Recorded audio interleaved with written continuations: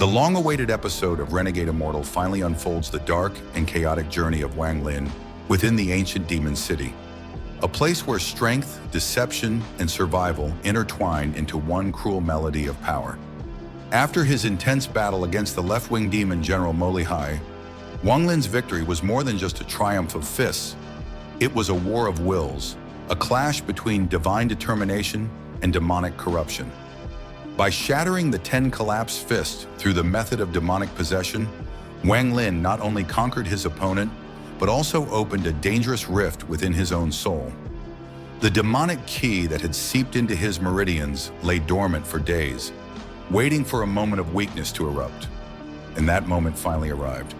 Having earned Mo Lihai's respect, Wang Lin was officially appointed as the new commander, a position that symbolized not just honor, but authority among the demon ranks. Yet the appointment would take 7 days before it was officially recognized.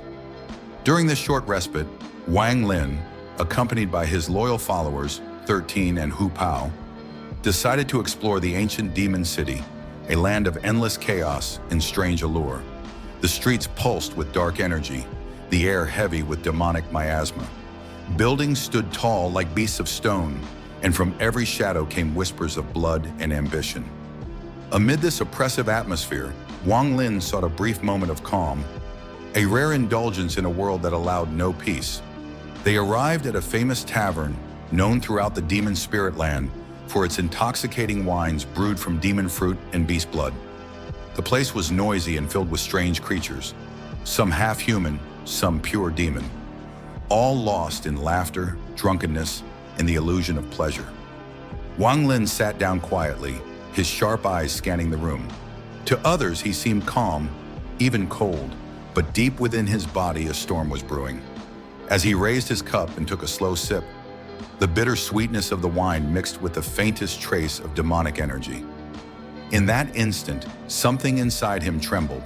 His vision blurred for a brief moment, and the world seemed to twist into grotesque shapes.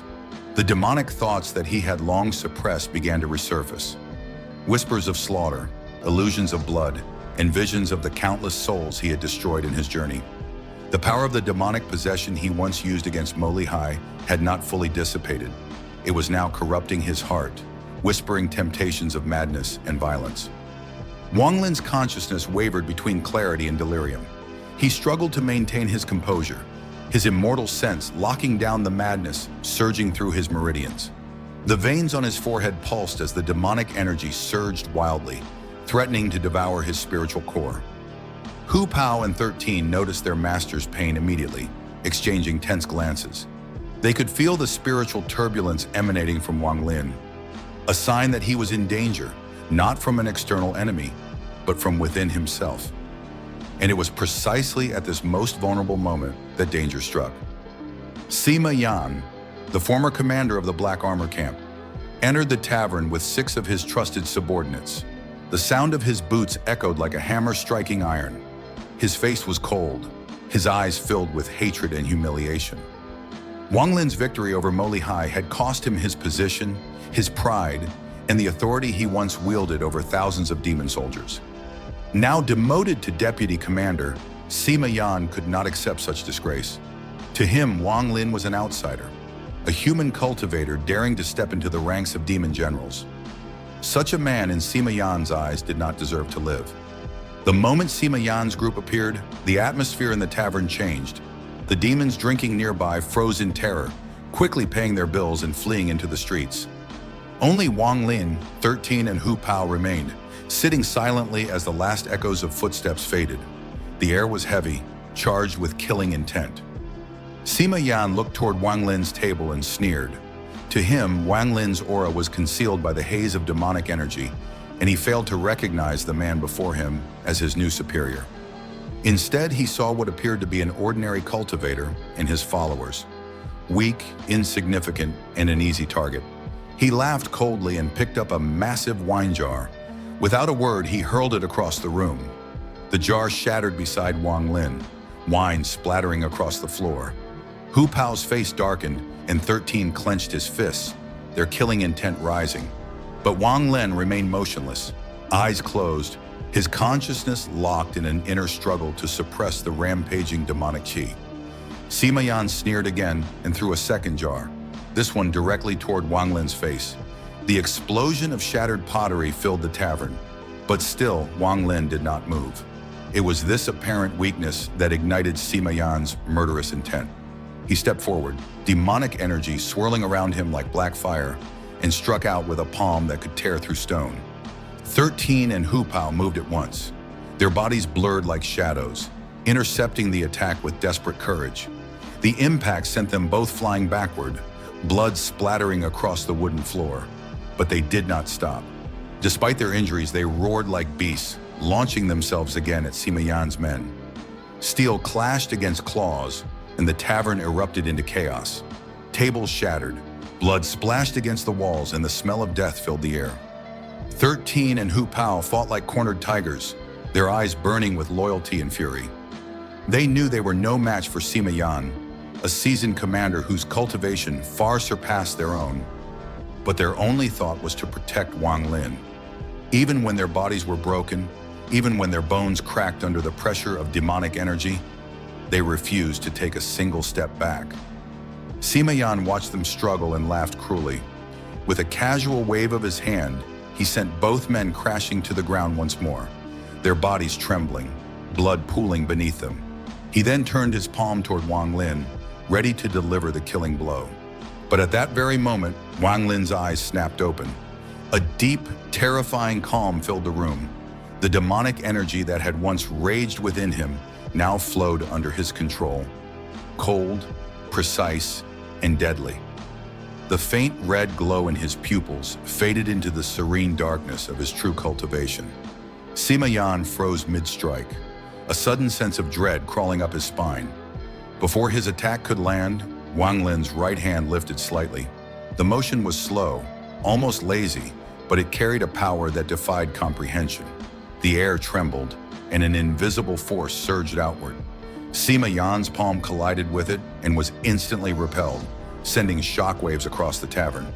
The walls cracked, and the tables disintegrated into dust. Sima Yan staggered backward, disbelief filling his face. Wang Lin rose from his seat, his robe fluttering in the windless air.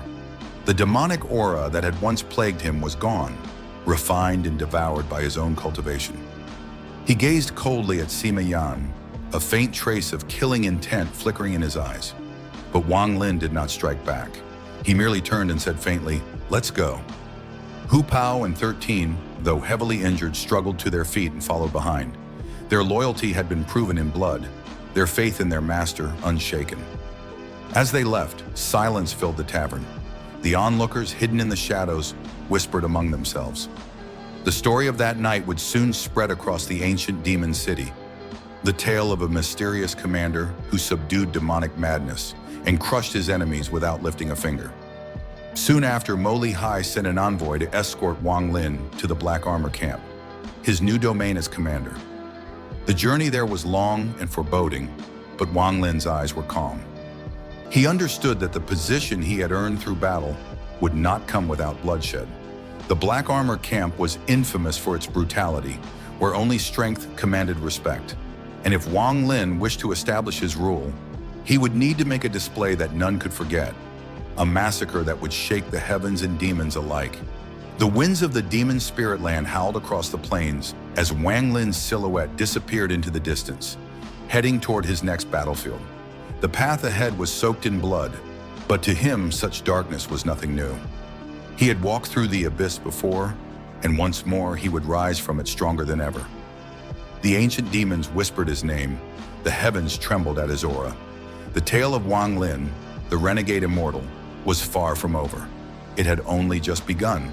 And so the storm surrounding Wang Lin only grows darker.